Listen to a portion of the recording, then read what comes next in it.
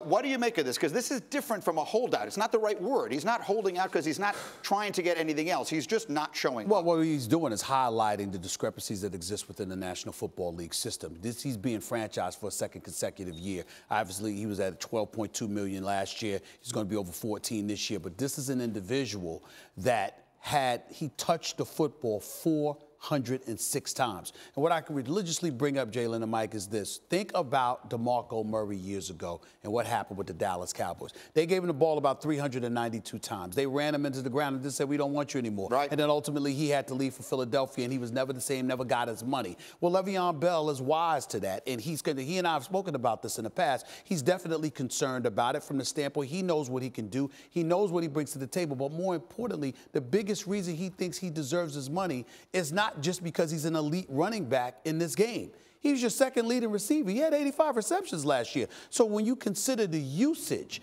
and the manner in which the Pittsburgh Steelers utilize him and the amount of times he touches the ball, the amount of time he's targeted, he was targeted 106 times last year.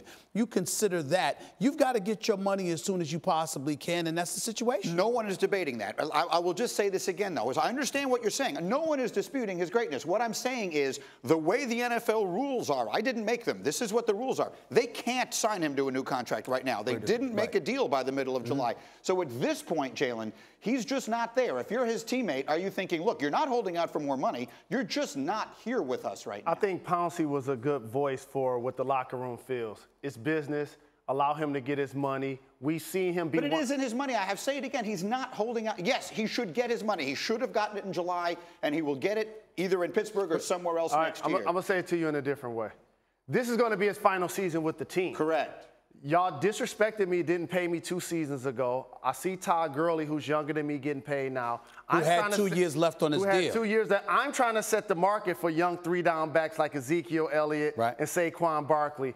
And I'm still more productive than those guys. And I'm a part of a big three that I caught 16 less balls than Antonio Brown, who's considered one of the top 2 or 3 receivers in the league. So it's a level of disrespect that the other players see you garner as Le'Veon Bell. But to also get to Mike's point, here's the big thing that you have to remember. Football is not basketball. It's not tennis. It's a violent sport. Not to say you can't get hurt in those other things, but football is far more violent. How many people have we seen go out with ACL, Achilles, or whatever the case may be in practice? Right. So you're not going to show up until you absolutely positively have to, because you're doing everything you possibly can to insulate yourself from the potentiality of injuries down the line. And that's what he's doing here. And also to limit your usage. Right. You talked about him being the guy that carried the ball, that got the most touches last year in the game. Now all of a sudden you're missing those reps in practice because you want to come back as fresh as possible. And we saw his fantasy statistics going to struggle probably in February. But ultimately he's playing this long term for a guy that was all pro last year. And you also got to pay attention to this too. Yards per carry.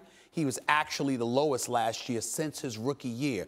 You have to remember that the NFL will use every excuse under the sun, as would most businesses, in terms of getting the most value for you at minimal cost. And that's exactly what the kind of things that he has to be concerned about. You guys have Mike Tomlin on First Take this week, so you can get a chance to ask him about that.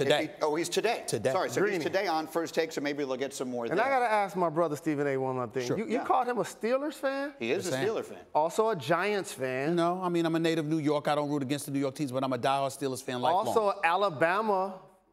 Somebody that root for Alabama, root for the Yankees. Where's college football in New York City? What's the matter with you? I'm just saying. No, you in Detroit, you got Michigan and Michigan State or whatever. Who am I supposed to root for? St. John's or City College or John Jay? What are you doing? Who am I supposed to root for? Who has the most championships? Oh, I'm going to root for that team. Roll Tide! No. No. I love Alabama because I think Nick Saban's a great coach. Did you love him before Nick Saban got there? Actually, I did. I just couldn't stand. I love primetime Deion Sanders. I ain't going to ask you who was their coach before Nick Saban got there. Don't get me started with Shula and the rest of these boys. Don't even get me started with that. But I will tell you this. And look, if college football, there's no college football in New York. College basketball, damn, it's been a long time since Chris Mullin and St. John's and Georgetown and Hoya Paranoia and all that stuff. The Big East. It's been a long time since that stuff. Long time. But if we can settle this once and for all here, you're telling me that his teammates understand, even though there's a significant distinction between holding out the way Odell or guys like that might have, Donald is a better example, or Khalil Mack, than this guy who was not going to get another penny no matter what happens. Everybody's not equal in the locker room. When Le'Veon Bell returns, everybody's going to be enthusiastic, A, that he's on their team,